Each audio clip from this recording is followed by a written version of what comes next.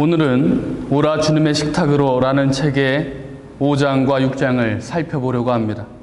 5장은 잔치를 열 때라는 주제로 기존 방식의 식사 예절과 잔치의 주제를 완전히 뒤집는 예수님의 새로운 예절 방식을 소개하며 이야기를 풀어갑니다. 누가복음 14장 8절부터 11절에 있는 말씀입니다. 누가 혼인잔치에 초대하거든 윗자리에 가서 앉지 말라. 혹시 너보다 더 높은 사람이 또 초대를 받았을 경우 너와 그 사람을 초대한 주인이 와서 너에게 이분에게 자리를 내어드리게 할지도 모른다. 그렇게 되면 무한하게도 맨 끝자리에 내려가서 앉아야 할 것이다. 너는 초대를 받거든 오히려 맨 끝자리에 가서 앉아라. 그러면 너를 초대한 사람이 와서 여보게 저 윗자리로 올라앉게 하고 말할 것이다. 그러면 다른 모든 손님들의 눈에 당신은 영예롭게 보일 것이다. 누구든지 자기를 높이는 사람은 낮아지고 자기를 낮추는 사람은 높아질 것이다. 대부분 다른 이들보다 더 높은 곳에 앉고 싶은 것이 사람의 마음일 텐데 예수님께서는 도리어 낮은 곳을 택하라 하십니다. 그리고 잔치를 열 때 초대할 이들도 새롭게 정의하십니다. 누가복음 14장 12절부터 14절의 말씀입니다. 예수께서 당신을 초대한 사람에게 말씀하셨다. 너는 점심이나 저녁을 차려놓고 사람들을 초대할 때에 친구나 형제나 친척이나 잘 사는 이웃 사람들을 부르지 말라. 그러면 너도 그들의 초대를 받아서 내가 베풀어 준 것을 도로 받게 될 것이다. 그러므로 너는 잔치를 베풀 때에 오히려 가난한 사람, 불구자, 절름발이, 소경 같은 사람들을 불러라. 그러면 너는 행복하다. 그들은 갚지 못할 터이지만 의인들이 부활할 때에 하느님께서 대신 갚아주실 것이다. 잔치를 열 때 우리는 방명록의 이름을 적습니다. 그리고 잔치를 열었던 이는 잔치가 끝난 후에 방명록을 살피며 잔치 때 인사하지 못했던 분들을 기억하며 감사를 전하죠. 그런데 이뿐 아니라 축하의 의미로 건넨 봉투에 돈을 표시하는 데도 사용됩니다. 그러면서 이렇게 이야기하기도 하죠. 그래, 나도 받았으니 돌려줘야지. 그래서 저자는 우리의 마음을 대변하듯 이렇게 적고 있습니다. 아니, 호의를 받았으면 되갚을 줄도 알아야지요.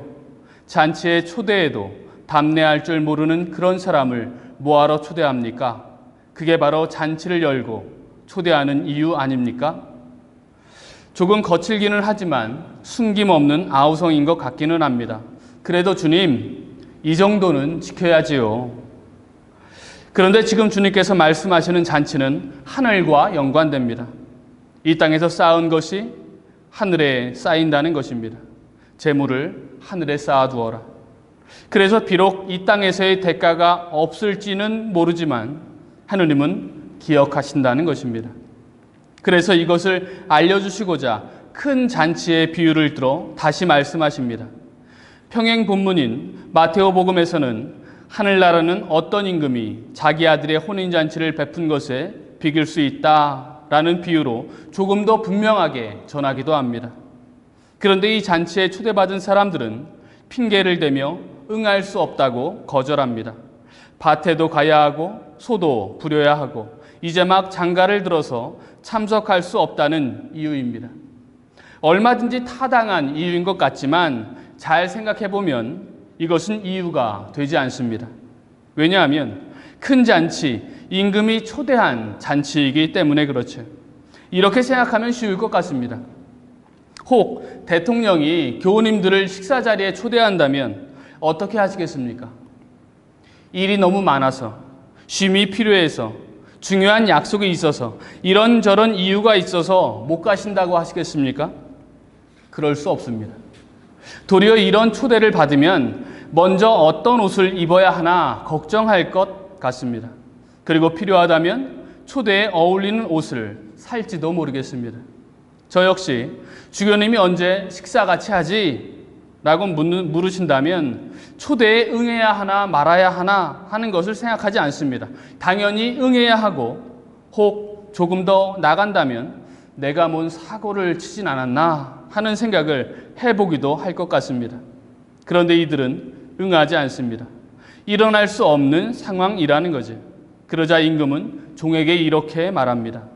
어서 동네로 가서 한 길과 골목을 다니며 가난한 사람, 불구자, 소경, 절름발이들을 이리로 데려오너라. 이제 큰 잔치, 임금의 잔치는 예상하지 못했던 이들로 가득한 잔치가 되었습니다. 처음 예수님께서 말씀하셨던 것처럼 갚을 수 없는 이들로만 가득 차게 됩니다. 그런데 놀라운 사실은 이 잔치에 우리는 매일 혹은 매주일 초대받는다는 사실입니다. 세상이 상식처럼 여기는 잔치의 초대와는 전혀 다른 하느님의 식탁으로의 초대입니다. 그래서 우리는 하느님의 초대에 늘 겸손할 수밖에 없는 것 같습니다. 이것을 6장에서는 이렇게 표현합니다. 굶주리는 사람들은 복이 있다.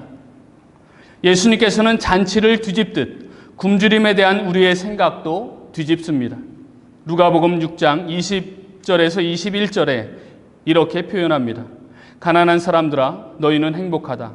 하느님 나라가 너희의 것이다. 지금 굶주린 사람들아 너희는 행복하다. 너희가 배부르게 될 것이다. 가난한데 행복하다니요. 굶주렸는데 행복하다니요. 라고 반문할 수도 있겠지만 지금의 가난이 하느님의 나라를 얻을 수 있고 지금의 굶주림이 배부름으로 바뀔 수 있다는 것입니다. 대부분의 사람들은 가난과 배고픔에서 벗어나고 싶어 합니다. 이것은 바람 정도가 아니라 절대적인 소망이기도 합니다. 그렇지만 하느님의 잔치에 참여하기 위해서는 가난해야 합니다.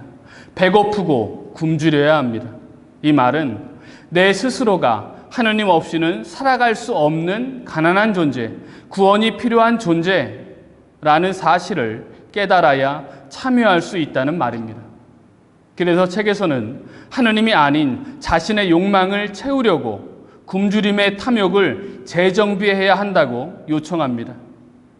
우리의 탐욕은 우리가 주님보다 우리 자신을 더 사랑한다는 것을 드러냅니다.